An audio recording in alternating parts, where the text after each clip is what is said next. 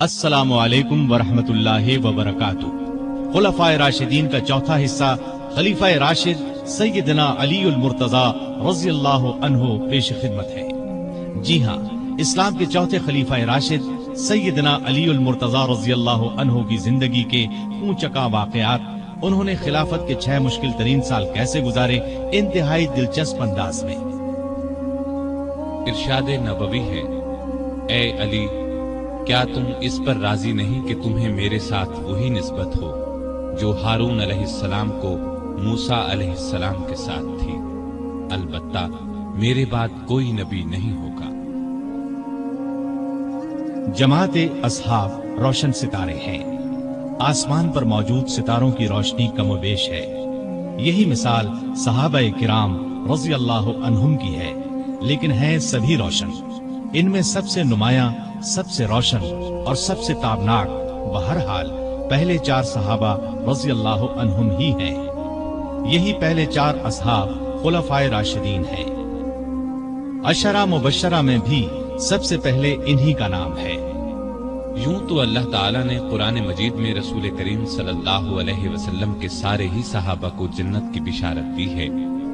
फिर उन सहाबा का दर्जा सबसे बुलंद बताया जिन्होंने इस्लाम लाने में पहल की, अल्लाह के रास्ते में हिजरत की, काफिरों से जिहाद किया। सैयदना अली रज़ियल्लाहु अन्हु ऐसे ही सहाबा में शामिल हैं। उन्हें ये इज्जत भी हासिल है कि वो बदरी सहाबी हैं। अल्लाह ताला ने बदरी सहाबा की सब खताएं मुआफ कर दी। अली बैत रिजवान करने वालों में भी शामिल थे कि जिनको अल्लाह ताला ने वाज़ेह अल्फाज में अपने राजी होने की खुशखबरी दी है। फिर उन्हें शहादत भी नसीब हुई। मुसलमानों का ईमान है कि राह हक में शहीद जन्नती हैं। इन सब बातों के अलावा सैयदना अली रज़ियल्लाहु अन्हु उन 10 सहाबा में भी शामिल हैं जिन्हें दुनिया में जन्नती होने की बिशारत दी गई, यानी अशरा मुबश्शरा में है। इन तमाम खुसूसियात के अलावा आपकी एक खुसूसियत ये भी है कि नबी सल्लल्लाहु अलैहि वसल्लम ने अपनी प्यारी बेटी सैयदा फातिमा रज़ियल्लाहु अन्हा आपके निकाह में दी। इस जलीलुल क़द्र हस्ती की जिंदगी के औराक आपके सामने रखते हैं। सैयदना अली बिन अबी तालिब रज़ियल्लाहु अन्हु 6ठी सदी ईस्वी के आखिरी साल यानी 600 ईस्वी में या 601 ईस्वी में मक्के में पैदा हुए। उस वक्त रसूल करीम सल्लल्लाहु अलैहि वसल्लम की उम्र 30 साल के करीब थी। गोया अली रज़ियल्लाहु अन्हु आपसे 30 साल छोटे थे। हिजरी सन सैयदना अली की पैदाइश के करीबन 23 साल बाद शुरू हुआ। मतलब ये कि आपने हिजरत से 23 साल पहले इस दुनिया में आंख खोली। वालिदा ने नाम असद या हैदर रखा, लेकिन वालिद ने अली नाम रखा। फिर इसी नाम पर दोनों का इत्तिफाक हो गया। अलबत्ता हैदर उनका लक़ब हो गया। आपकी कुनियतें अबुल हसन और अबू तुराब थीं। अबू तुराब की कुनियत नबी करीम सल्लल्लाहु अलैहि वसल्लम ने अता फरमाई। आपके लक़ब असद, मुर्तजा और हैदर हैं। सैयदना अली रज़ियल्लाहु अन्हु रसूल करीम सल्लल्लाहु अलैहि वसल्लम के सगे चचा अबू तालिब के बेटे थे। उनका खानदान वही था जो आपका था, और ये कबीला कुरैश का सबसे ज्यादा इज्जत वाला घराना था। ये घराना बनु हाशिम कहलाता था। गोया नबी करीम सल्लल्लाहु अलैहि वसल्लम भी हाशिमी थे और सैयदना अली भी हाशिमी थे। सैयदना अली के वालिद का नाम तो अब्द मनाफ था, लेकिन वो अपनी कुनियत अबू तालिब से मशहूर थे। रसूल करीम सल्लल्लाहु अलैहि वसल्लम के वालिद जनाब अब्दुल्ला उनके सगे भाई थे। उनका नसब इस तरह है। अबू तालिब बेटे थे अब्दुल मुत्तलिब के, अब्दुल मुत्तलिब बेटे थे हाशिम के, हाशिम बेटे थे अब्द मनाफ के, और अब्द मनाफ बेटे थे कुसै के। अबू तालिब मक्के के बुजुर्ग और सरदार थे। रसूलुल्लाह सल्लल्लाहु अलैहि वसल्लम पर जान छिड़कते थे। आपको अपनी औलाद से भी ज्यादा चाहते थे। आप 25 साल की उम्र तक अबू तालिब के साथ ही रहे। फिर उनकी इजाजत से मक्के की एक नेक खातून सैयदा खदीजा रज़ियल्लाहु अन्हा से शादी कर ली और अलग रहने लगे। आपने नबूवत का ऐलान किया तो कुरैश जान के दुश्मन बन गए, लेकिन ये अबू तालिब ही थे जो आपकी हिमायत में उठ खड़े हुए, हर तरह से आपका साथ दिया। अली रज़ियल्लाहु अन्हु की वालिदा का नाम फातिमा रज़ियल्लाहु अन्हा था। वो भी हाशिमी थीं। ये आप पर ईमान ले आई थी। ये भी आपसे हद दर्जे मोहब्बत करती थी। उन्होंने हिजरत भी की और हिजरत के 4 या 5 साल बाद वफात पाई। सैयदना अली कोई 5 बरस के थे कि मुल्क में कहत पड़ गया।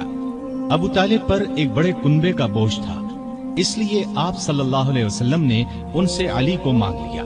उस वक्त से सैयदना अली आपके साथ रहने लगे। सैयदा खदीजा रज़ियल्लाहु अन्हा ने उनकी परवरिश और तरबियत में आपका बराबर साथ दिया। नबी करीम सल्लल्लाहु अलैहि वसल्लम ने नबूवत का ऐलान फरमाया तो उस वक्त सैयदना अली की उम्र करीबन 10 बरस थी। रसूलुल्लाह सल्लल्लाहु अलैहि वसल्लम की दावत पर उन्होंने फौरन इस्लाम कबूल कर लिया। इस तरह बच्चों में सबसे पहले उन्हीं को इस्लाम की दौलत नसीब हुई। अब वो भी आपके साथ नमाज पढ़ने लगे। एक दिन उनके वालिद अबू तालिब ने उन्हें आपके साथ नमाज पढ़ते देखा तो पूछा, बेटा ये दीन क्या है जिस पर तुम चल रहे हो? उन्होंने फौरन जवाब दिया, अब्बा जान, मैं अल्लाह और उसके रसूल पर ईमान ले आया हूँ, उनकी तस्दीक कर चुका हूँ और ये मैंने उनके साथ नमाज पढ़ी है। इस पर अबू तालिब ने कहा, मोहम्मद तुम्हें भलाई के सिवा किसी चीज की तरफ नहीं बुलाएंगे, तुम उनके साथ लगे रहो। सैयदना अली रजी अल्लाह अन्हु बचपन ही से नेक थे, बुतों से नफरत करते थे। रसूलुल्लाह सल्लल्लाहु अलैहि वसल्लम की तरबियत ने उन्हें इल्म का समुंदर बना दिया। लड़कपन ही में लिखना पढ़ना सीख लिया। उस जमाने में ये बहुत बड़ी खूबी की बात थी। उसी जमाने में उन्होंने हथियार चलाने और दुश्मन से लड़ने का ढंग भी सीख लिया। जवान होने तक उन्होंने सिपाहगरी के उसूल और कायदे पूरी तरह सीख लिए। कुश्ती में तो कोई उनसे जीत नहीं सकता था। वालिद की वफात के बाद सिर्फ 3 बरस मक्के में रहे। रसूल करीम सल्लल्लाहु अलैहि वसल्लम ने जब हिजरत की तो सैयदना अली को अपने बिस्तर पर सुलाया। लोगों की जो अमानतें आपके पास थीं, वो सब आपने अली के हवाले की और फरमाया, ये अमानतें इनके मालिकों को सौंप कर मदीने आ जाना। काफिरों ने उस वक्त आपके घर को घेर रखा था। आप सल्लल्लाहु अलैहि वसल्लम रात के वक्त घर से निकले तो अल्लाह ताला ने काफिरों की आंखों पर पर्दे डाल दिए और वो आपको न देख सके। सुबह उन्हें मालूम हुआ कि रसूलुल्लाह सल्लल्लाहु अलैहि वसल्लम मकान छोड़कर जा चुके हैं, तो वो बहुत झुंझलाए। उन्होंने अली को पकड़ लिया, आंखें निकाल कर बोले, बताओ तुम्हारे साहिब कहाँ हैं? इस पर सैयदना अली ने जवाब दिया, मुझे कुछ मालूम नहीं कि वो कहाँ हैं। ये जवाब सुनकर उन्हें सख्त गुस्सा आया, डांट डपट की। फिर उन्हें अपने साथ ले गए, एक जगह कैद कर दिया, लेकिन जब उनसे कुछ मालूम न हो सका तो छोड़ दिया। अब उन्होंने लोगों की अमानतें लौटाई। फिर मक्के से हिजरत करके आप सल्लल्लाहु अलैहि वसल्लम की खिदमत में हाजिर हुए। उस वक्त आप कुबा में तशरीफ फरमा थे। अली रजी अल्लाह अन्हु ने मक्के से कुबा तक का सफर पैदल तय किया। ये 350 मील का सफर है। कुबा पहुंचे तो पांव में छाले पड़ चुके थे। फिर आप रजी अल्लाह अन्हु नबी सल्लल्लाहु अलैहि वसल्लम के साथ मदीने आ गए। हिजरत के बाद सैयदना अली रजी अल्लाह अन्हु ने 35 बरस से कुछ ज्यादा मुद्दत मदीने में गुजारी। ये उनकी मदनी जिंदगी कहलाई। हिजरत से कुछ अरसा बाद नबी सल्लल्लाहु अलैहि वसल्लम ने मस्जिद नबवी की तामीर फरमाई। इस तामीर में रसूलुल्लाह सल्लल्लाहु अलैहि वसल्लम और दूसरे सहाबा ने भी हिस्सा लिया। वो ईंटें और गारा ढोते वक्त अशआर पढ़ते, जिनका मतलब है, जो मस्जिद तामीर करता है खड़े होकर और बैठकर मशक्कत बर्दाश्त करता है, और जो गर्दो गुबार और मिट्टी से बचने के लिए इससे जी चुराता है, वो दोनों बराबर नहीं हो सकते। मस्जिद के साथ रसूलुल्लाह सल्लल्लाहु अलैहि वसल्लम के रहने के लिए चंद हुजरे भी तामीर हुए। सैयदना अली रज़ियल्लाहु अन्हु भी यहीं आ गए। हिजरत के बाद आपने भाईचारा कराया तो अली को अपना भाई बनाया। हिजरत के दूसरे साल आपने अपनी प्यारी बेटी सैयदा फातिमा रज़ियल्लाहु ताला अन्हा की शादी अली से कर दी। उस वक्त सैयदना अली के पास एक जिरा और एक घोड़े के सिवा कुछ नहीं था। उन्होंने ये जिरा सैयदना उस्मान के हाथ 480 दिरहम में फरोख्त कर दी। सैयदना उस्मान रज़ियल्लाहु अन्हु ने ये रकम उन्हें दे दी और जिरा भी ये कहकर लौटा दी कि ये मेरी तरफ से तोहफा है। इस रकम से उन्होंने शादी का सामान खरीदा और घर की जरूरत के लिए भी रकम बचाई। नबी करीम सल्लल्लाहु अलैहि वसल्लम ने सहाबा को जमा फरमाया, उनके सामने निकाह पढ़ाया। रुखसती चंद माह बाद हुई। ज़रा की कीमत में से जो रकम बची थी उससे सैयदना अली ने वलीमे की दावत का इंतजाम किया। इस दावत में खजूरें, जौ की रोटी, पनीर और एक खास किस्म का शोरबा था। नबी करीम सल्लल्लाहु अलैहि वसल्लम ने रुखसती के वक्त अपनी बेटी को ये चीजें दी: एक चारपाई, एक बिस्तर, चमड़े का एक तकिया जिसमें खजूर की छाल भरी हुई थी, पानी का एक मशकीजा, मट्टी के 2 घड़े, अनाज पीसने की एक चक्की, मट्टी का एक प्याला और 2 चादरें। सैयदा फातिमा जब अपने खावंद के साथ उनके घर चली गईं, तो नबी करीम सल्लल्लाहु अलैहि वसल्लम वहां तशरीफ लाए। पहले दरवाजे पर खड़े होकर इजाजत मांगी, फिर अंदर दाखिल हुए। एक बर्तन में पानी मंगवाया, दोनों हाथ उस पानी में डाले, हाथों से पानी उन दोनों पर छिड़का, फिर फरमाया, ए फातिमा, मैंने तुम्हारी शादी अपने खानदान के बेहतरीन शख्स से की है। उसी साल रमजान 2 हिजरी में बद्र की लड़ाई पेश आई। शादी के बाद सैयदना अली रजी अल्लाह अन्हु सैयदा फातिमा रजी अल्लाह अन्हा का बहुत ख्याल रखते थे। वो भी उनकी बहुत इज्जत करती थी।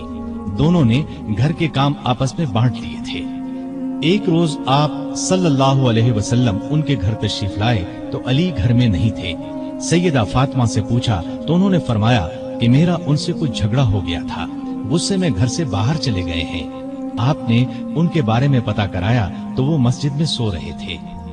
आप मस्जिद में तशरीफ ले गए, वो वाकई वहां सो रहे थे। चादर पहलू से सरक गई थी और मट्टी उनके जिस्म से लग गई थी। आप मट्टी पूंछने लगे और फरमाया, अबू तुराब उठो, अबू तुराब उठो। उस रोज से आपका लक़ब अबू तुराब मशहूर हो गया। तुराब मट्टी को कहते हैं, यानी मट्टी वाला। कोई उन्हें अबू तुराब कहता तो बहुत खुश होते। उन्हें दुनिया के सामान और मालो दौलत से बिल्कुल प्यार नहीं था। उनकी जिंदगी फकीराना थी। मेहनत मजदूरी करके रोजी कमाते थे, रूखी सूखी खाकर गुजारा करते थे। लड़ाई के मैदान में जाते तो फरमाया करते थे, लड़ाई के मैदान में मुझे परवाह नहीं होती कि मौत मेरी तरफ आ रही है या मैं मौत की तरफ बढ़ रहा हूँ। इसी दिलेरी की वजह से आप रजी अल्लाह अन्हु असदुल्लाह के लक़ब से मशहूर हुए। बद्र की लड़ाई में सैयदना अली भी शरीक हुए। उनके हाथ में एक झंडा था। दोनों लश्कर आमने सामने हुए तो काफिरों के लश्कर से उतबा, शैबा और वलीद मैदान में निकले और मुसलमानों को मुकाबले के लिए ललकारा। मुसलमानों की तरफ से भी 3 अंसारी जवान औफ, मुअव्विज और अब्दुल्ला बिन रवाहा रजी अल्लाह अन्हुम मैदान में आ गए। लेकिन इन तीनों को देखकर काफिरों ने उनसे लड़ना अपनी शान के खिलाफ समझा। उतबा ने पुकार कर कहा, ए मुहम्मद, ये लोग हमारे जोड़ के नहीं हैं, हमारी कौम के लोगों को हमारे मुकाबले पर भेजो।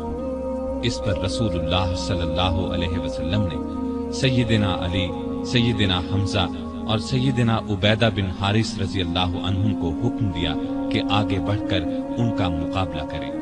तीनों बहादुर फौरन आगे बढ़े।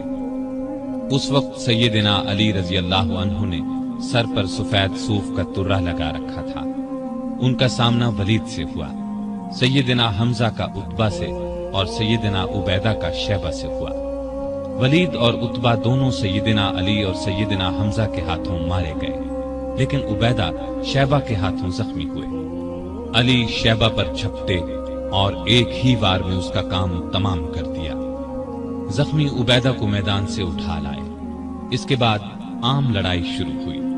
सैयदना अली इस कदर पुरजोश अंदाज में लड़े कि जिस तरफ निकल गए काफिरों की सफ़ें काट कर रख दी। दूसरे मुसलमान भी बहुत बहादुरी से लड़े और काफिरों को शिकस्त दी। उनके बड़े बड़े सरदार इस लड़ाई में मारे गए, यहां तक कि अबू जहल भी जहन्नम रसीद हुआ। अगले साल उहुद की लड़ाई हुई। इस लड़ाई की इब्तिदा में काफिरों की तरफ से तलहा बिन अबी तलहा मैदान में निकला और पुकारा, कोई है जो मेरे मुकाबले में आए। ये सुनकर सैयदना अली दौड़कर उसके मुकाबले में आ गए और एक ही वार में उसे ढेर कर दिया। फिर तलहा का एक भाई अबू सईद निकला। सैयदना अली ही ने उस पर भी तलवार का एक वार किया। वो जमीन पर गिर पड़ा और साद बिन अबी वकास के हाथों मारा गया। फिर काफिरों के लश्कर से उनका सबसे बड़ा बहादुर अरतात निकला। उसे अपनी ताकत पर बड़ा घमंड था। उसने ललकार कर कहा, कोई है जो मेरे मुकाबले में आए। अली आगे बढ़े और देखते ही देखते उसका काम तमाम कर दिया। फिर जब आम लड़ाई शुरू हुई तो सैयदना अली और सैयदना हमजा काफिरों की सफों में दूर तक घुस गए और इस कदर तेजी से लड़े कि काफिरों के पांव उखड़ गए। फिर दरे पर मौजूद दस्ते की अपनी जगह से हट जाने पर जब उस तरफ से काफिर मुसलमानों पर हमला आवर हुए और मुसलमानों के पांव उखड़ गए तो चंद बहादुर नबी सल्लल्लाहु अलैहि वसल्लम के साथ मैदान में जमकर खड़े रहे। इनमें सैयदना अली रजी अल्लाह अन्हु भी थे। काफिरों ने आप पर तीरों की बुछाड़ कर दी, बार बार आप पर हमला किया, लेकिन उन सहाबा ने उन्हें हर बार पीछे हटा दिया। आखिर मुसलमान फिर से जमा हुए और काफिरों को मार भगाया। इस लड़ाई में आप सल्लल्लाहु अलैहि वसल्लम के चचा सैयदना हमजा भी शहीद हुए। उस रोज सैयदना अली रजी अल्लाह अन्हु के हाथों कई काफिर मारे गए। इस मुहिम के शुरू होने से आखिर तक सैयदना अली रजी अल्लाह अन्हु आप सल्लल्लाहु अलैहि वसल्लम के साथ रहे। गज़वाए खंदक में अरब के नामी बहादुर अब्द वद ने जब खंदक पार कर ली तो सैयदना अली रजी अल्लाह अन्हु उसके मुकाबले में आए। वो बहुत बहादुर समझा जाता था। उसके बारे में ख्याल किया जाता था कि वो 1000 सवारों के बराबर है। इसलिए आप सल्लल्लाहु अलैहि वसल्लम ने अली रजी अल्लाह अन्हु से फरमाया, अली तुम बैठ जाओ, और फरमाया ये अब्द वद है। उसने फिर ललकारा। सैयदना अली फिर उठकर आगे बढ़े। आपने इस बार भी बिठा दिया। तीसरी बार फिर उसने मुसलमानों को ललकारा। इस बार सैयदना अली रजी अल्लाह अन्हु ने अर्ज किया, ए अल्लाह के रसूल सल्लल्लाहु अलैहि वसल्लम, मैं जानता हूँ ये अब्द वद है, आप मुझे इससे मुकाबले की इजाजत दें। अब आप सल्लल्लाहु अलैहि वसल्लम ने इजाजत दे दी। अपनी तलवार हजरत अली रजी अल्लाह अन्हु को इनायत फरमाई। अपने पाक हाथों से उनके सर पर पगड़ी बांधी। अली रजी अल्लाह अन्हु दौड़ते हुए गए और अब्द वद से बोले, मैंने सुना है तुमने लोगों से कह रखा है कि जो शख्स मेरे सामने 3 बातें पेश करे तो मैं उनमें से एक को मंजूर करता हूं। उसने कहा, हाँ ये ठीक है। इस पर सैयदना अली रजी अल्लाह अन्हु ने उससे कहा, तब फिर मैं भी 3 बातें पेश करता हूं। पहली ये कि तू इस्लाम कबूल कर ले। उसने इनकार किया। उन्होंने दूसरी बात पेश की, मुसलमानों से मत लड़, वापस चला जा। उसने इससे भी इनकार किया। तब सैयदना अली रजी अल्लाह अन्हु ने गरज कर कहा, तब फिर आ मुझसे मुकाबला कर ले। अब्द वद ये सुनकर हंस पड़ा।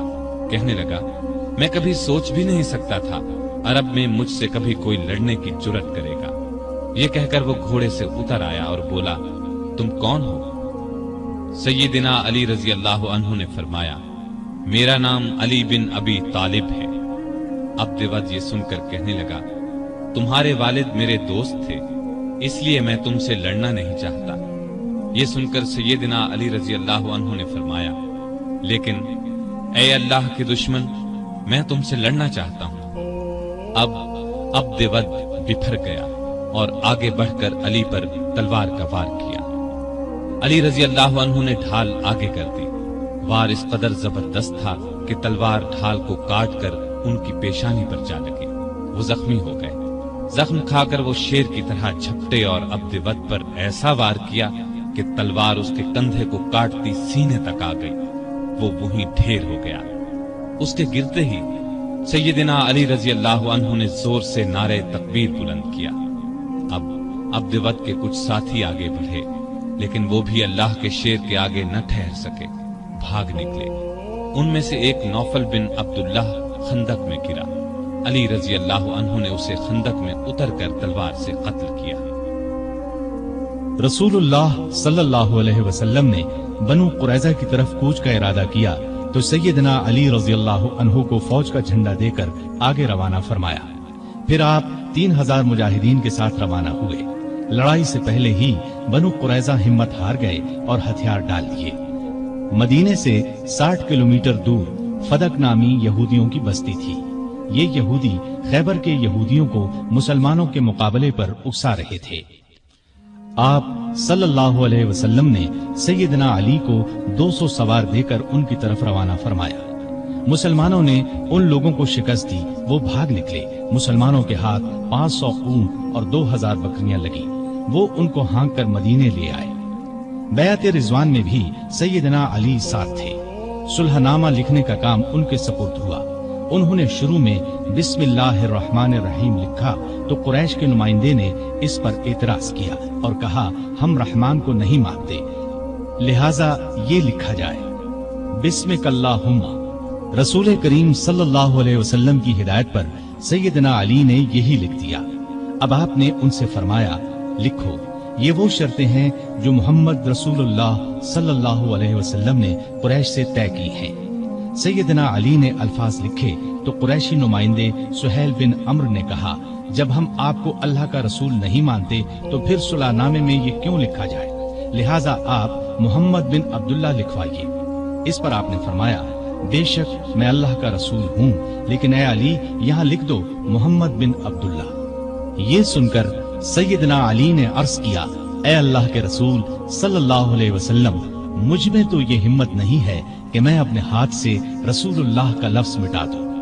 उनकी बात सुनकर रसूलुल्लाह सल्लल्लाहु अलैहि वसल्लम ने अपने हाथ से रसूलुल्लाह के अल्फाज मिटा दिए। उसके बाद अली ने बाकी मुआहिदा तहरीर किया। जिन यहूदियों को शरारतों की वजह से मदीने से निकाला गया था, वो खैबर के कलों में जमा हो गए। बहुत से यहूदी वहां पहले से थे। ये सब मुसलमानों के खिलाफ साजिशों से बाज नहीं आ रहे थे। चुनाचे आपने उनकी सरकोबी का फैसला फरमाया। वो मदीने पर हमला करने की तैयारियों में भी मसरूफ थे। रसूल करीम सल्लल्लाहु अलैहि वसल्लम 1600 सहाबा के साथ खैबर की तरफ रवाना हुए। सब कले एक एक करके फतह हो गए, लेकिन एक कला जिसका नाम कमूस था फतह होने में ना आया। जब आपके कई सहाबा की कोशिशें कामयाब न हो सकी तो आपने फरमाया, मैं कल झंडा एक ऐसे शख्स को दूंगा जो अल्लाह और उसके रसूल से मोहब्बत करता है और अल्लाह और उसका रसूल उससे मोहब्बत करते हैं, जिसके हाथ पर खैबर फतह हो जाएगा। दूसरे दिन जब तमाम सहाबा उस झंडे के मुंतजिर थे, क्योंकि वो सब अल्लाह और उसके रसूल से मोहब्बत करते थे, रसूलुल्लाह सल्लल्लाहु अलैहि वसल्लम ने पूछा, अली कहाँ हैं? बताया गया उनकी आंखें दुखती हैं। आपने उन्हें बुलाया, आंखों में अपना लुआब लगाया, वो उसी वक्त ठीक हो गई। आपने उन्हें झंडा देकर कमूस की तरफ रवाना फरमाया। उस कले का हाकिम मरहब था, यहूदियों के नामी गिरामी बहादुरों में से एक। सैयदना अली कमूस के सामने पहुंचे तो मरहब जिरा लगाकर अकड़ता हुआ बाहर निकला।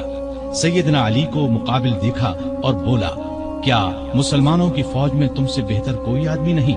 खैबर जानता है कि मैं मरहब हूँ, हथियार बंद, बहादुर, तजर्बेकार और लड़ाई के भड़कते शोलों का मुकाबला करने वाला। सैयदना अली ने उसके जवाब में फरमाया, मैं वो शख्स हूँ कि मेरी माँ ने मेरा नाम हैदर रखा, जंगल के शेर की तरह हैबतनाक और बहादुर। मैं दुश्मन को आंख झपकने में खत्म कर देता हूँ। मरहब ने आगे बढ़कर तलवार का वार किया। सैयदना अली तेजी से एक तरफ हो गए। फिर उन्होंने मरहब पर ऐसा भरपूर वार किया कि उनकी तलवार उसके खौद को काटकर खोपड़ी में उतर गई। फिर फौज को लेकर आगे बढ़े, कले का दरवाजा तोड़कर अंदर घुस गए। इस तरह कमूस भी फतह हो गया। सारे खैबर पर मुसलमानों का कब्जा हो गया। वापस लौटे तो आप सल्लल्लाहु अलैहि वसल्लम ने उनकी पेशानी को चूम लिया। फरमाया, अल्लाह तुझसे राजी हुआ और मैं भी। सैयदना अली ये सुनकर रोने लगे। ये रोना खुशी का था। इस मौके पर कुछ लोग जो हबशा में रह गए थे लौट आए। उनमें सैयदना अली के भाई जाफर बिन अबी तालिब रज़ियल्लाहु अन्हु भी थे। उनके आने की भी सबको बहुत खुशी थी। कई साल के बिछड़े भाई एक दूसरे से मिले तो आंखों से आंसू बह निकले। 7 हिजरी में रसूलुल्लाह सल्लल्लाहु अलैहि वसल्लम अपने बहुत से सहाबा के साथ उम्रे के लिए रवाना हुए। उनमें अली भी शामिल थे। उम्रे से फारिग होकर मुसलमान 3 दिन बाद मक्के से निकल आए और मदीने की तरफ रवाना हुए। गज़वा मूता में आपके भाई जाफर बिन अबी तालिब शहीद हो गए तो आपको बहुत सदमा हुआ। नबी करीम सल्लल्लाहु अलैहि वसल्लम ने आपको दिलासा दिया। उनकी शहादत के बाद जाफर बिन अबी तालिब के बच्चों की परवरिश अली ने की। ان کے بیٹے عبداللہ جوان ہوئے تو سیدنا علی نے اپنی بیٹی زینب کی شادی ان سے کی۔ مکے کی فتح کے موقع پر بھی سیدنا علی ساتھ تھے۔ کعبے میں رکھے ہوئے بتوں کو آپ نے توڑنا شروع کیا تو سیدنا علی نے اس کام میں آپ کا ہاتھ بٹایا۔ تانبے کے بت کو توڑنے کے لیے آپ نے علی کو اپنے کندھے پر سوار فرمایا۔ وہ بہت اونچائی پر تھا اور لوہے کی ایک سلاخ کے ساتھ زمین سے لگا ہوا تھا۔ علی نے اس بت کو بھی گرایا اور کعبے سے باہر پھینک دیا۔ مسلمانوں نے مکہ فتح کیا تو قبیلہ حوازن کے لوگ بھڑک اٹھے، ایک بڑا لشکر تیار کر کے مسلمانوں پر حملے کا ارادہ کیا۔ آپ ابھی مکے ہی میں تھے کہ ان کے ارادے کی خبر ہوئی تو آپ شوال 8 ہجری میں 12,000 مسلمانوں کو لے کر دشمن کی طرف روانہ ہوئے۔ حنین کے مقام پر دونوں فوجیں آمنے سامنے ہوئیں۔ دشمن نے یہ چال چلی کہ رات کے وقت آس پاس کی پہاڑیوں میں اپنے تیر انداز بٹھا دیے تھے۔ انہوں نے مسلمانوں پر اچانک تیروں کی بارش کر دی۔ اسلامی فوج میں مکے کے 2000 ایسے لوگ بھی تھے جو کچھ ہی دن پہلے اسلام لائے تھے۔ وہ تیروں کی بوچھاڑ سے گھبرا کر پیچھے ہٹے۔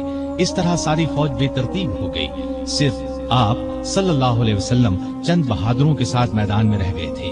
ان میں سیدنا علی بھی تھے۔ وہ شروع سے آخر تک آپ کے پاس رہے اور بے جگری سے لڑتے رہے۔ جلد ہی مسلمان سنبھل گئے۔ انہوں نے پلٹ کر حملہ کیا اور تب دشمن کو شکست ہوئی۔ 9 ہجری میں آپ صلی اللہ علیہ وسلم نے سیدنا علی کو 150 سوار دے کر یمن کے قبیلہ بنو طے کی طرف روانہ کیا۔ وہ لوگ مسلمانوں کی آمد کی خبر سن کر بھاگ گئے۔ علی رضی اللہ عنہ نے بنو طے کا بت خانہ گرا دیا، بت توڑ ڈالے۔ اس لڑائی کے بعد مشہور سخی حاتم طائی کی بیٹی اور بیٹا عدی مسلمان ہو گئے۔ فتح مکہ کے بعد یہ خبر سننے میں آئی کہ روم کا بادشاہ مسلمانوں پر حملہ کرنے کے لیے پر تول رہا ہے۔ نبی صلی اللہ علیہ وسلم نے خود آگے بڑھ کر اسے روکنے کا فیصلہ کیا۔ آپ صلی اللہ علیہ وسلم نے اس موقع پر سیدنا علی کو اپنا قائم مقام بنایا اور خود 30,000 فوج لے کر روانہ ہوئے۔ بعض منافقین نے علی کو تانا دیا کہ وہ جنگ سے بچنے کے لیے نہیں گئے۔ اس پر انہیں رنج ہوا، ہتھیار لگا کر روانہ ہوئے، لشکر تک پہنچ گئے۔ نبی صلی اللہ علیہ وسلم نے ان سے آنے کی وجہ پوچھی تو عرض کیا، اے اللہ کے رسول صلی اللہ علیہ وسلم، میں نے شروع سے لے کر آج تک اللہ کی راہ میں لڑنے سے قدم پیچھے نہیں ہٹائے، لیکن معلوم نہیں اس مرتبہ مجھے جہاد میں شریک کرنے کی بجائے مدینے میں کیوں چھوڑ دیا گیا۔ یہ سن کر نبی صلی اللہ علیہ وسلم نے ارشاد فرمایا، اے علی، کیا تم اس بات سے راضی نہیں کہ تمہارا میرے ساتھ وہی تعلق ہو جو موسیٰ علیہ السلام کا ہارون علیہ السلام سے تھا، سوائے اس کے کہ میرے بعد کوئی نبی نہیں ہوگا۔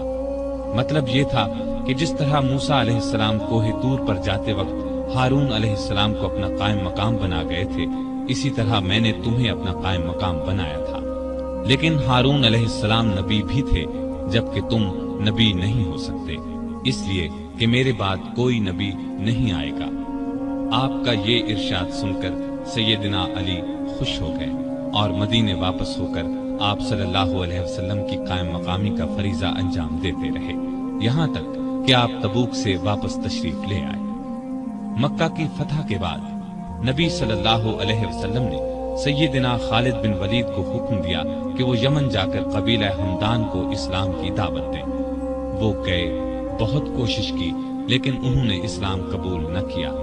اب آپ صلی اللہ علیہ وسلم نے سیدنا علی کو بھیجا۔ آپ صلی اللہ علیہ وسلم نے قبیلہ ہمدان کے نام ایک خط بھی دیا۔ علی رضی اللہ عنہ نے وہ خط انہیں سنایا اور اسلام کی دعوت دی۔ اس خط کے الفاظ کا اثر ان پر ہوا۔ پھر سیدنا علی نے جو ان کے سامنے واز کیا وہ بھی بہت اثر انگیز تھا، چنانچہ ان لوگوں نے اسلام قبول کر لیا۔ سیدنا علی رضی اللہ عنہ نے یہ خبر آپ صلی اللہ علیہ وسلم کو بھیجی۔ نبی صلی اللہ علیہ وسلم نے سجدہ شکر ادا کیا اور فرمایا، ہمدان کے لوگوں پر سلامتی ہو، ہمدان کے لوگوں پر سلامتی ہو۔ ہجرت کے 10ویں سال نبی صلی اللہ علیہ وسلم نے علی رضی اللہ عنہ کو ایک اور قبیلے مزہج کی طرف روانہ فرمایا تاکہ انہیں اسلام کی دعوت دی جائے۔ آپ صلی اللہ علیہ وسلم نے ہدایت فرمائی کہ اس وقت تک تلوار نہ اٹھائی جائے جب تک تم پر کوئی حملہ نہ کرے۔ سیدنا علی رضی اللہ عنہ 300 سواروں کے ساتھ مزہج کے علاقے میں پہنچے۔ وہ لوگ لڑنے پر تلے ہوئے تھے، چنانچہ زبردست مارکا ہوا۔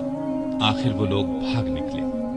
اس کے بعد قبیلے کے سردار اور بہت سے دوسرے لوگ خود علی رضی اللہ عنہ کی خدمت میں حاضر ہوئے اور مسلمان ہو گئے۔ نبی صلی اللہ علیہ وسلم نے علی کو وہاں کا قاضی بھی مقرر فرمایا۔ آپ رضی اللہ عنہ چند ماہ وہاں رہے۔ اس دوران میں سیدنا علی رضی اللہ عنہ نے مقدمات کے فیصلے بھی کیے۔ ہجرت کے 10ویں سال رسول کریم صلی اللہ علیہ وسلم نے حج کیا۔ سیدنا علی بھی یمن سے آ کر اس یادگار حج میں شریک ہوئے۔ انہوں نے رسول اللہ صلی اللہ علیہ وسلم کے حکم پر قربانی کے اونٹوں کا گوشت تقسیم کیا۔ حج سے واپس آنے کے کچھ ہی عرصے بعد نبی صلی اللہ علیہ وسلم بیمار ہوئے۔ ہجرت کے 11ویں سال آپ صلی اللہ علیہ وسلم اس دنیا سے تشریف لے گئے۔ یہ صدمہ علی رضی اللہ عنہ کی زندگی کا سب سے بڑا صدمہ تھا۔ انہوں نے عباس رضی اللہ عنہ، ان کے 2 بیٹوں قسم اور فضل رضی اللہ عنہم اور ایک انصاری صحابی کے ساتھ مل کر آپ صلی اللہ علیہ وسلم کو غسل دیا۔ اس وقت انہوں نے نبی صلی اللہ علیہ وسلم کے جسم اطہر کو اپنے بدن سے لگا رکھا۔ قبر مبارک تیار ہو گئی تو سیدنا علی نے فضل بن عباس، اسامہ بن زید اور عبد الرحمن بن عوف رضی اللہ عنہم کے ساتھ مل کر نبی صلی اللہ علیہ وآلہ وسلم کو قبر میں اتارا۔ آپ صلی اللہ علیہ وسلم کے بعد مسلمانوں نے سیدنا ابو بکر صدیق رضی اللہ عنہ کو خلیفہ چن لیا۔ 6 ماہ بعد سیدہ فاطمہ رضی اللہ عنہا بھی اس دنیا سے رحلت کر گئی۔ ابو بکر کو علی سے بہت محبت تھی، ان کی بہت عزت کرتے تھے، خلافت کے کاموں میں ان سے مشورے بھی لیتے تھے۔ علی بھی ان سے اسی طرح محبت کرتے تھے۔ مرتد ہو جانے والوں سے جنگ ہوئی تو علی نے بھی دوسرے صحابہ کے ساتھ مل کر ان کا مقابلہ کیا۔ ابو بکر رضی اللہ عنہ نے وفات پائی تو حضرت علی رضی اللہ عنہ ان کے دروازے پر آئے اور فرمایا، آپ پر اللہ کی رحمت ہو، آپ رسول اللہ صلی اللہ علیہ وسلم کے پیارے ساتھی اور مدد کرنے والے، اللہ سے سب سے زیادہ ڈرنے والے اور سب سے بڑھ کر دین کو نفع پہنچانے والے تھے۔ اس کے بعد دیر تک ان کی خوبیوں اور بھلائیوں کا ذکر کرتے رہے۔ ابو بکر کی وفات کے بعد عمر فاروق رضی اللہ عنہ خلیفہ بنے۔ انہوں نے مجلس شورا قائم کی تو اس میں علی رضی اللہ عنہ کو بھی شامل کیا۔ ان کی خلافت کا زمانہ 10.5 برس تک رہا۔ اس زمانے میں بھی آپ رضی اللہ عنہ سے باقاعدہ مشورے لیے جاتے رہے۔ عمر فاروق رضی اللہ عنہ ان کے مشوروں کو بہت اہمیت دیتے تھے۔ جن جھگڑوں کا فیصلہ دوسرے صحابہ نہیں کر پاتے تھے وہ سیدنا علی رضی اللہ عنہ کے سامنے پیش کیے جاتے تھے۔ عمر فرمایا کرتے تھے، ہم میں سے سب سے بڑے قاضی علی رضی اللہ عنہ ہیں۔ ایک مرتبہ عمر رضی اللہ عنہ نے کوئی فیصلہ دیا تو علی نے اس کے خلاف رائے دی۔ عمر نے ان کی رائے کو درست قرار دیا۔ سیدنا عمر کے دل میں علی کی نہ صرف بہت محبت تھی بلکہ وہ ان کی بہت عزت بھی کرتے تھے۔ انہیں علی پر پورا بھروسہ تھا۔ 16 ہجری میں بیت المقدس تشریف لے گئے تو سیدنا علی کو اپنا قائم مقام بنایا۔ سیدنا عمر کے زمانے میں سب سے بڑی لڑائی نہاوند کی لڑائی سمجھی جاتی ہے۔ اس موقع پر ایرانیوں کا بہت بڑا لشکر جمع ہو گیا تھا۔ سیدنا عمر نے سیدنا علی کو مسلمانوں کے لشکر کا سپہ سالار بنانا چاہا لیکن انہوں نے مدینے سے باہر جانے سے انکار کر دیا۔ پھر عمر نے خود سالار بن کر جانے کا ارادہ کیا تو سیدنا علی نے اس کا بھی مشورہ نہ دیا اور فرمایا، آپ مدینے کو ہرگز نہ چھوڑیں۔ عمر رضی اللہ عنہ کو علی کا یہ مشورہ بھی ماننا پڑا۔ سیدنا عمر نے اپنی وفات سے پہلے خلافت کے لیے 6 صحابہ کے نام تجویز کیے تھے کہ مسلمان ان 6 میں سے کسی کو خلیفہ بنا لے۔ ان میں ایک نام علی کا تھا، دوسرا نام سیدنا عثمان کا تھا، باقی 4 نام یہ تھے: سعد بن ابی وقاص، عبد الرحمن بن عوف، زبیر بن عوام اور طلحہ بن عبید اللہ رضی اللہ عنہم۔ ان 4 نے اپنے نام واپس لے لیے تو خلافت کے لیے صرف 2 نام رہ گئے، سیدنا عثمان اور سیدنا علی۔ ان لوگوں نے آخر سیدنا عثمان کے بارے میں فیصلہ دیا۔ اس طرح مسلمانوں کے تیسرے خلیفہ سیدنا عثمان ہوئے۔ اس دوران میں بھی ان دونوں کے تعلقات بہت خوشگوار رہے۔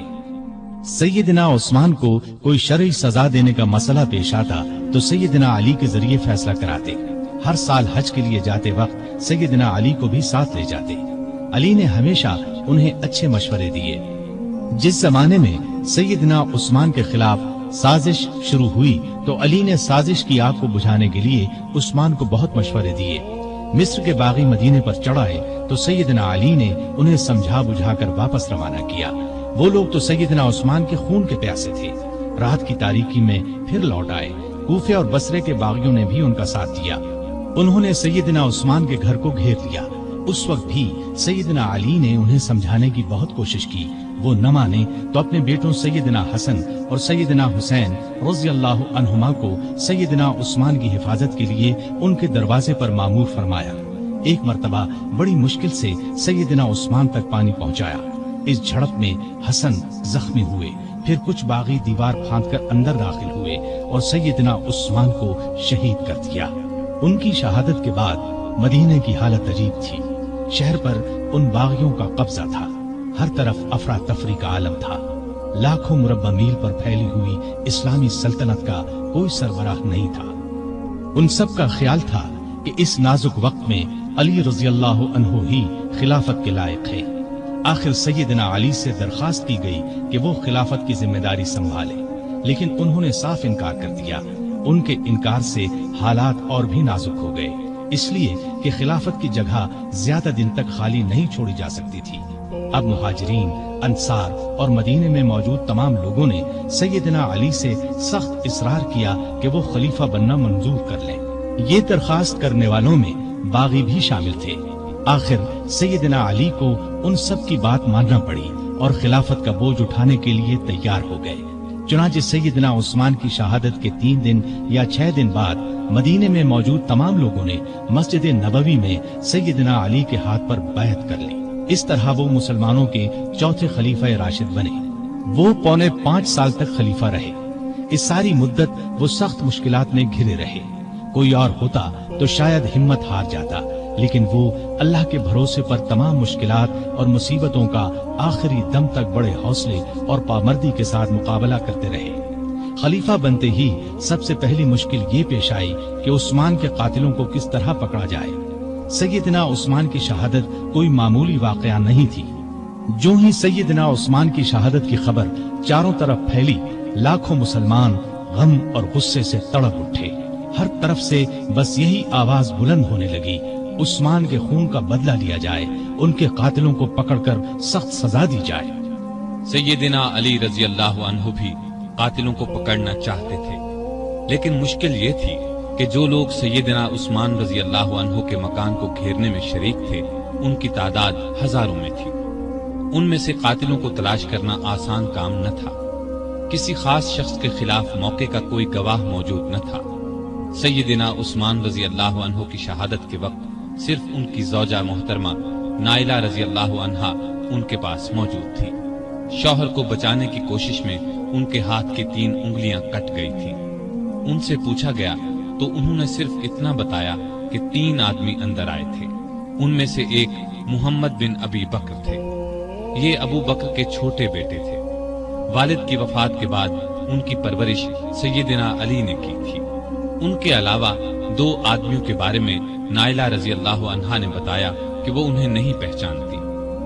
अली रज़ियल्लाहु अन्हु ने मुहम्मद बिन अबी बकर को पकड़कर पूछा तो उन्होंने कहा, मैं मकान में दाखिल जरूर हुआ था, लेकिन जब उस्मान रज़ियल्लाहु अन्हु ने मुझसे फरमाया कि भतीजे, तुम्हारे वालिद जिंदा होते तो उन्हें तुम्हारी ये हरकत पसंद ना आती, तो मैं शर्मिंदा होकर पीछे हट गया और बाहर निकल गया। नाइला रज़ियल्लाहु अन्हा ने भी मुहम्मद बिन अबी बकर की बात की तस्दीक की। गरज इस तरह असल कातिलों का पता न चल सका और सैयदना अली रज़ियल्लाहु अन्हु कोई कार्रवाई न कर सके। बहुत से लोग उस मौके पर इस शक में मुब्तला हो गए कि सैयदना अली रज़ियल्लाहु अन्हु जानबूझकर कातिलों को नहीं पकड़ रहे। इस शक की एक वजह यह थी कि सारे बागी अली रज़ियल्लाहु अन्हु की बैत कर चुके थे और बहुत से तो उनकी फौज में शामिल हो गए थे। उस वक्त के हालात ये इजाजत नहीं देते थे कि उन सबको चुन चुन कर फौज से निकाल दिया जाए। इस्लाम का कानून भी ये इजाजत नहीं देता کہ گواہی کے بغیر کسی کو قاتل ٹھہرایا جائے۔ تاہم اکثر لوگ سیدنا علی کی مشکلات سے پوری طرح آگاہ تھے۔ علی سے یہ بات ثابت ہے کہ قسم اٹھا کر فرماتے تھے کہ میں عثمان کی شہادت سے بالکل بری ہوں۔ اس زمانے میں آپ نے یہ قدم اٹھایا کہ سیدنا عثمان کے گورنروں کو ہٹا کر ان سب کی جگہ نئے گورنر مقرر فرمائے۔ نئے گورنر اپنے اپنے صوبے اور علاقے میں پہنچ گئے۔ پرانے گورنروں نے ان کے لیے جگہ چھوڑ دی۔ امیر معاویہ رضی اللہ عنہ نے گورنری سے دستبردار ہونے سے انکار کر دیا۔ ان کی جگہ سیدنا علی نے سہل بن حنیف کو شام کا گورنر مقرر فرمایا تھا۔ یہ جب شام کی سرحد پر پہنچے تو امیر معاویہ رضی اللہ عنہ کی فوج نے انہیں واپس جانے پر مجبور کر دیا اور سیدنا معاویہ نے ان کے ذریعے سیدنا علی رضی اللہ عنہ کو یہ پیغام پہنچایا: جب تک عثمان کے قاتلوں کو نہیں پکڑا جائے گا وہ گورنری سے دستبردار نہیں ہوں گے۔ گویا سیدنا علی کے راستے میں سب سے پہلی یہ رکاوٹ پیش آئی۔ ابھی وہ اس کی طرف پوری طرح توجہ نہیں دے سکے تھے کہ ایک اور مشکل پیش آ گئی۔ سیدنا عثمان کی شہادت سے پہلے امت کی ماں سیدہ عائشہ رضی اللہ عنہا حج کے لیے مکہ گئی تھی۔ حج کے بعد مکے سے واپس آ رہی تھی کہ راستے میں ان کے ایک قریبی رشتہ دار ملے۔ انہوں نے بتایا کہ سیدنا عثمان شہید کر دیے گئے ہیں اور لوگوں نے سیدنا علی کے ہاتھ پر بیعت کر لی ہے، لیکن مدینے میں ابھی تک فتنہ اور فساد پھیلا ہوا ہے۔ یہ خبر سن کر وہ مکے کی طرف واپس پلٹ گئی۔ اتنے میں مدینے سے سیدنا طلحہ اور سیدنا زبیر بھی ان کے پاس پہنچ گئے۔ یہ دونوں بہت اونچے مرتبے کے بزرگ تھے، عشرہ مبشرہ میں سے تھے۔ انہوں نے بھی یہی بتایا کہ مدینے کے لوگ فسادیوں کے ہاتھوں پریشان ہیں، نہ تو وہ اپنی حفاظت کر سکتے ہیں اور نہ ان میں سیدنا عثمان کے خون کا بدلہ لینے کی طاقت ہے۔ مکے کے لوگوں نے ام المومنین عائشہ رضی اللہ عنہا سے واپسی کا سبب پوچھا تو انہوں نے فرمایا: عثمان مظلوم شہید کر دیے گئے اور فتنہ دبتا ہوا نظر نہیں آتا ہے، اس لیے تم فتنے کو دور کرنے اور شہید خلیفہ کے قاتلوں سے بدلہ لینے کے لیے تیار ہو جاؤ۔ اسی طرح اسلام کی عزت بچائی جا سکتی ہے۔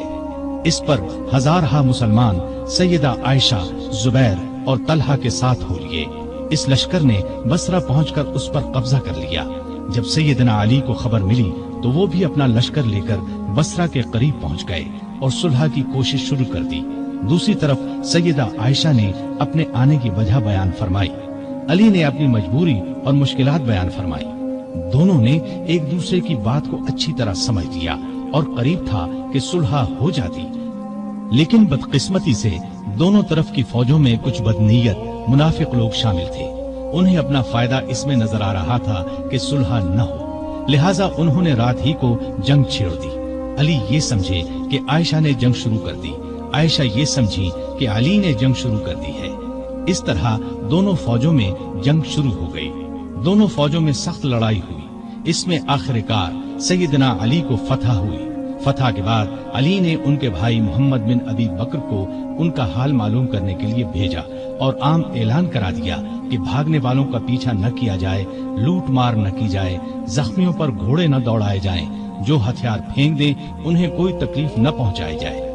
پھر انہوں نے خود سیدہ عائشہ کے پاس جا کر پوچھا: اے مومنوں کی ماں، آپ کا مزاج کیسا ہے؟ انہوں نے فرمایا: ٹھیک ہوں۔ اس کے بعد سیدنا علی نے انہیں چند دن بصرہ میں آرام اور آسائش کے ساتھ ٹھہرایا۔ پھر محمد بن ابی بکر کی نگرانی میں انہیں 40 شریف اور معزز خواتین کے ساتھ مکے کی طرف روانہ کیا۔ اس وقت عائشہ نے فرمایا: میرے بچوں، یہ لڑائی غلط فہمی کا نتیجہ تھی۔ علی سے نہ پہلے میرا کوئی جھگڑا تھا نہ اب ہے۔ سیدنا علی نے جواب میں فرمایا: آپ سچ فرماتی ہیں، آپ ہم سب کی ماں ہیں، آپ کی عزت کرنا ہم پر واجب ہے۔ پھر وہ مکے آ گئی۔ اس لڑائی میں عائشہ اونٹ پر سوار تھی، اس لیے اس لڑائی کو جنگ جمل کہا جاتا ہے۔ یہ لڑائی جمادی الاخر 36 ہجری میں پیش آئی۔ اس جنگ کے بعد عائشہ رضی اللہ عنہا ہمیشہ پشیمان رہی اور یاد کر کے روتی تھی۔ جمل کی لڑائی کے بعد سیدنا علی رضی اللہ عنہ نے چند دن بصرہ میں قیام کیا۔ پھر 12 رجب 36 ہجری میں کوفہ چلے آئے اور اس شہر کو حکومت کا صدر مقام یا دارالخلافہ قرار دیا۔ دارالخلافہ پہلے مدینہ تھا۔ یہ فیصلہ انہوں نے اس لیے کیا کہ مدینے کو فساد اور جھگڑوں سے بچایا جا سکے۔ اب انہوں نے پھر شام کی طرف توجہ دی۔ جریر بن عبداللہ کے ہاتھ ایک خط امیر معاویہ کو بھیجا۔ اس میں لکھا کہ تم بھی مہاجرین اور انصار کی طرح میری بیعت کرو۔ اس کے بعد قاعدے کے مطابق شہادت عثمان کا مقدمہ پیش کرو۔ میں اللہ کی کتاب اور رسول اللہ صلی اللہ علیہ وسلم کی سنت کے مطابق فیصلہ کروں گا۔ امیر معاویہ نے اس خط کے جواب میں لکھا کہ آپ عثمان کے قاتلوں کو ہمارے حوالے کر دیں تو میں اور شام کے دوسرے تمام لوگ خوشی سے آپ کی بیعت کریں گے۔ اس طرح کچھ مدت تک خط و کتابت کا سلسلہ چلتا رہا، لیکن صلح کی کوئی صورت نہ بن سکی۔ ادھر شام کے صدر مقام دمشق کی جامع مسجد میں سیدنا عثمان کے خون آلود کپڑے اور نائلہ رضی اللہ عنہا کی کٹی ہوئی انگلیاں رکھ دی گئیں۔ ان کو دیکھ دیکھ کر لوگ زار و قطار روتے تھے، قاتلوں سے بدلہ لینے کا عہد کرتے تھے۔ جب علی کو یقین ہو گیا کہ امیر معاویہ بیعت نہیں کریں گے تو انہوں نے جنگ کی تیاری کی اور قریباً 80,000 فوج لے کر شام کی طرف روانہ ہونے کا ارادہ کیا۔ دوسری طرف امیر معاویہ بھی ایک بڑے لشکر کے ساتھ مقابلے کے لیے آئے۔ دونوں فوجیں دریائے فرات کے قریب پہنچی۔ شامی فوجوں نے گھاٹ پر قبضہ کر کے پانی پر پہرے بٹھا دیے، لیکن دوسرے دن سیدنا علی رضی اللہ عنہ کی فوج نے شامیوں پر حملہ کر کے انہیں پیچھے دھکیل دیا اور گھاٹ پر قبضہ کر کے سب کے لیے پانی عام کر دیا۔ اب دونوں فوجوں نے صفین کے مقام پر ایک دوسرے کے سامنے مورچے قائم کر لیے۔ یہ مقام شہر حلب کے جنوب مشرق اور شہر ہمس کے شمال مغرب میں دریائے فرات کے کنارے پر تھا۔ 3 مہینے 20 دن تک دونوں فوجیں آمنے سامنے پڑی رہیں۔ اس دوران میں دونوں فریق بات چیت کے ذریعے مسئلہ حل کرنے کی بھرپور کوشش کرتے رہے، لیکن افسوس کسی فیصلے پر نہ پہنچ سکے۔ چھوٹی چھوٹی جھڑپیں ہوتی رہیں۔ عام لڑائی محرم 37 ہجری تک شروع نہ ہو سکی۔ آخر سفر میں دونوں فوجوں میں جنگ شروع ہوئی۔ یہ جنگ کئی دن تک جاری رہی۔ دونوں طرف مسلمانوں کا خون بہتا رہا۔ منافق اور فسادی لوگ اس موقع سے خوب فائدہ اٹھاتے رہے۔ انہی لوگوں کی وجہ سے صلح کی کوششیں ناکام ہوتی رہیں۔ پھر ایک دن علی رضی اللہ عنہ کی فوج نے اتنا زبردست دباؤ ڈالا کہ شامی فوج کے پاؤں اکھڑنے لگے۔ اتنے میں شامی فوج کا ایک دستہ قرآن کو نیزوں پر اٹھا کر آگے بڑھا اور پکار کر کہا، یہ دیکھو ہمارے اور تمہارے درمیان اللہ کی کتاب ہے۔ علی رضی اللہ عنہ کی فوج نے قرآن دیکھ کر ہاتھ روک لیے۔ لڑائی بند ہو گئی۔ اس کے بعد پھر بات چیت شروع ہو گئی۔ آخر طے پایا کہ خلافت کا فیصلہ 2 ثالثوں کے سپرد کر دیا جائے۔ وہ آپس میں مل کر جو فیصلہ کریں گے ان کا فیصلہ سب کو قبول ہوگا۔ ایک ثالث سیدنا علی رضی اللہ عنہ مقرر کریں، دوسرا ثالث امیر معاویہ رضی اللہ عنہ مقرر کریں گے۔ چنانچہ سیدنا علی کی طرف سے ابو موسیٰ اشعری رضی اللہ عنہ مقرر ہوئے اور امیر معاویہ کی طرف سے عمرو بن عاص رضی اللہ عنہ۔ ان سے کہا گیا کہ وہ رمضان کے مہینے تک فیصلہ کر دیں۔ اس کے بعد سیدنا امیر معاویہ رضی اللہ عنہ اپنی فوج کے ساتھ دمشق چلے گئے۔ سیدنا علی کوفے کی طرف روانہ ہوئے۔ اس موقع پر ان کی فوج 2 حصوں میں بٹ گئی۔ ایک حصہ ثالث مقرر کرنے کا حامی تھا، جبکہ دوسرا کہتا تھا کہ قرآن کو چھوڑ کر انسانوں کو حکم یا فیصلہ کرنے والا بنانا گناہ ہے۔ دونوں گروہ آپس میں جھگڑتے رہتے تھے اور بات بات پر تلواریں نکال لیتے تھے۔ علی رضی اللہ عنہ بڑی مشکل سے انہیں کوفہ تک لائے، لیکن 12,000 آدمی جو ثالثوں سے فیصلہ کرانے کے خلاف تھے فوج سے الگ ہو کر ہرورا کے مقام پر چلے گئے۔ ان لوگوں کو خارجی کہا گیا۔ دونوں ثالثوں نے جو فیصلہ دیا وہ ایک دوسرے سے مختلف تھا۔ سیدنا ابو موسیٰ اشعری کا فیصلہ یہ تھا کہ علی اور امیر معاویہ میں سے کسی کو خلیفہ مقرر نہ کیا جائے، انہیں چھوڑ کر مسلمان جسے چاہیں خلیفہ بنا لیں۔ سیدنا عمرو بن عاص کا فیصلہ یہ تھا کہ ابو موسیٰ اشعری نے علی کو خلافت سے الگ کر دیا ہے، میں ان کی جگہ معاویہ کو خلیفہ مقرر کرتا ہوں۔ اس پر ہر طرف شور مچ گیا۔ سیدنا علی کے حامیوں نے یہ فیصلہ ماننے سے انکار کر دیا۔ اب پھر سیدنا علی فوج لے کر دمشق کی طرف بڑھنا چاہتے تھے کہ خارجیوں نے ہر طرف فساد مچا دیا۔ انہوں نے جتھے بنا کر لوگوں کو لوٹنا شروع کر دیا۔ آخر علی رضی اللہ عنہ پہلے ان کی طرف بڑھے۔ نہروان کے مقام پر شدید جنگ ہوئی، 4000 خارجی مارے گئے۔ اس طرح خارجیوں کا زور ٹوٹ گیا، لیکن ان کی ٹولیاں آئے دن فتنہ برپا کرتی رہتی تھی۔ دوسری طرف سیدنا امیر معاویہ نے عمرو بن عاص کو فوج دے کر مصر پر چڑھائی کر دی۔ وہاں علی کی طرف سے محمد بن ابی بکر گورنر تھے۔ انہوں نے شامی فوج سے شکست کھائی اور خود بھی گرفتار ہوئے، پھر قتل کر دیے گئے۔ مصر کے بعد شامی فوج نے حجاز، عراق اور یمن وغیرہ پر حملے شروع کر دیے۔ علی کو ملک کی اندرونی شورشوں کی وجہ سے اسلامی فتوحات کے دائرے کو بڑھانے کا موقع نہ مل سکا۔ پھر بھی 35 ہجری میں انہوں نے بحری راستے سے ہندوستان پر حملے کی اجازت دی۔ چنانچہ اس زمانے میں کوکن بمبئی پر کامیاب حملہ کیا گیا۔ یہ علاقہ اس وقت سندھ میں شامل تھا۔ نہروان کی لڑائی کے بعد سیدنا علی کا ارادہ شام پر حملہ کرنے کا تھا۔ انہوں نے جنگ کی تیاریاں شروع کر دی تھی، لیکن دوسری طرف خارجیوں نے سازش تیار کی کہ علی، معاویہ اور عمرو بن عاص تینوں کو قتل کر دیا جائے۔ ان کے خیال میں امن اسی صورت میں قائم ہو سکتا تھا۔ چنانچہ اس کام کے لیے 3 آدمی مقرر ہوئے۔ عبد الرحمن بن ملجم نے علی کو، برق بن عبداللہ نے امیر معاویہ کو اور عمرو بن بکر نے عمرو بن عاص کو شہید کرنے کا ذمہ لیا۔ ان بدبختوں نے رمضان 40 ہجری میں ایک ہی روز فجر کی نماز کے وقت ان تینوں بزرگوں پر حملہ کرنے کا فیصلہ کیا۔ مصر کے گورنر عمرو بن عاص اس روز بیمار تھے۔ انہوں نے اس روز خارجہ بن حذافہ کو نماز پڑھانے کے لیے بھیجا، لہٰذا عمرو بن بکر نے ان کے دھوکے میں خارجہ بن حذافہ کو شہید کر دیا۔ دمشق میں برق بن عبداللہ نے امیر معاویہ پر حملہ اس وقت کیا جب وہ مسجد کے دروازے سے نکل رہے تھے۔ انہیں معمولی زخم آیا۔ کوفے میں عبد الرحمن بن ملجم ملعون سیدنا علی کے راستے میں چھپ کر بیٹھ گیا۔ جب وہ فجر کی نماز کے لیے مسجد کی طرف چلے تو ان پر تلوار کا وار کیا۔ سر پر شدید زخم آیا۔ ابن ملجم کو گرفتار کر لیا گیا۔ سیدنا علی نے اپنے بیٹوں حسن اور حسین کو بلا کر کچھ نصیحتیں کی اور اپنے قاتل کے بارے میں فرمایا، اسے کھانا کھلاؤ، پانی پلاؤ اور اچھی طرح رکھو۔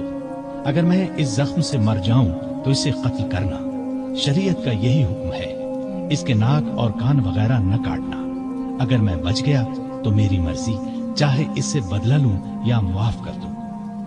ابن ملجم کی تلوار زہر آلود تھی، وہ اس زخم سے شہید ہو گئے۔ انا للہ و انا الیہ راجعون۔ یہ رمضان کی 17، 18، 19، 20 یا 21 میں سے کوئی تاریخ تھی۔ ہجرت کا 40واں سال تھا اور ان کی عمر اس وقت 63 سال تھی۔ سیدنا علی کو اپنی خلافت کے زمانے میں سکون کا سانس لینا نصیب نہ ہوا، پھر بھی انہوں نے ملکی انتظامات کے سلسلے میں کوئی کسر اٹھا نہ رکھی۔ مزاج میں حد درجے سادگی تھی، اللہ کا خوف بے پناہ تھا۔ فقیرانہ زندگی بسر کی، گورنروں اور افسروں کی سخت نگرانی کرتے تھے۔ کسی عہدیدار کے خلاف شکایت ملتی تو اس کے خلاف کارروائی کرتے۔ آپ کو عدل و انصاف کا حد درجے خیال تھا، سب سے پورا انصاف کرتے تھے، یہاں تک کہ اپنی ذات سے بھی انصاف کرتے۔ ہر ایک کے لیے ان کا دروازہ ہر وقت کھلا رہتا تھا، بلا روک ٹوک کوئی بھی ان کے پاس آ سکتا تھا۔ رعایا پر بہت مہربان تھے، ان کی بہتری کے لیے جو ہو سکتا تھا کرتے تھے۔ بازاروں میں گشت کرتے تھے، بیت المال میں جو رقم جمع ہوتی تھی کھلے دل کے ساتھ غریبوں، مسکینوں اور دوسرے حقداروں میں تقسیم فرما دیتے۔ غیر مسلموں کے ساتھ بھی اچھا برتاؤ کرتے تھے۔ بصرے کے گورنر عثمان بن حنیف نے کسی امیر آدمی کی دعوت قبول کر لی۔ آپ کو اطلاع ملی تو اسے لکھا، اے ابن حنیف، میں نے سنا ہے کہ بصرے کے ایک دولت مند نے تمہیں بڑی شاندار دعوت دی۔ تم نے یہ دعوت قبول کر لی اور قسم قسم کے کھانے بڑے اطمینان اور بڑے مزے سے کھائے۔ مجھے تم سے یہ امید نہیں تھی کہ تم اس قسم کی دعوتوں میں شریک ہوا کرو گے جن میں غریبوں کو پوچھا تک نہیں جاتا۔ اپنے حق سے زیادہ بیت المال سے ایک پیسہ بھی لینا حرام سمجھتے تھے۔ ملک کی حفاظت کے لیے چھوٹی بڑی فوجی چھاونیاں قائم کی، کئی مضبوط قلعے بنوائے، दरियाए फुरात पर एक पुल बनवाया, बाज जगहों पर मस्जिदें भी बनवाई। उम्र भर किसी न किसी सूरत दीन की खिदमत करते रहे। काफिरों के खिलाफ तमाम बड़ी बड़ी लड़ाइयों में रसूलुल्लाह सल्लल्लाहु अलैहि वसल्लम के साथ रहे। हर लड़ाई में जान हथेली पर रखकर लड़े। यमन के हजारों लोगों को अपनी कोशिशों से मुसलमान बनाया। उनको एक बार इत्तिला मिली कि कुछ लोग हैं जो उन्हें माबूद मानते हैं। आपने उन लोगों को पकड़वाया और सख्त सजा दी। अलबत्ता जिन लोगों ने तौबा की उन्हें छोड़ दिया। सैयदना अली रजी अल्लाह अन्हु ने मिसाली जिंदगी बसर की। तमाम जिंदगी मामूली से मकान में रहे। दरवाजे पर कोई दरबान नहीं होता था। शान और शौकत से नफरत थी।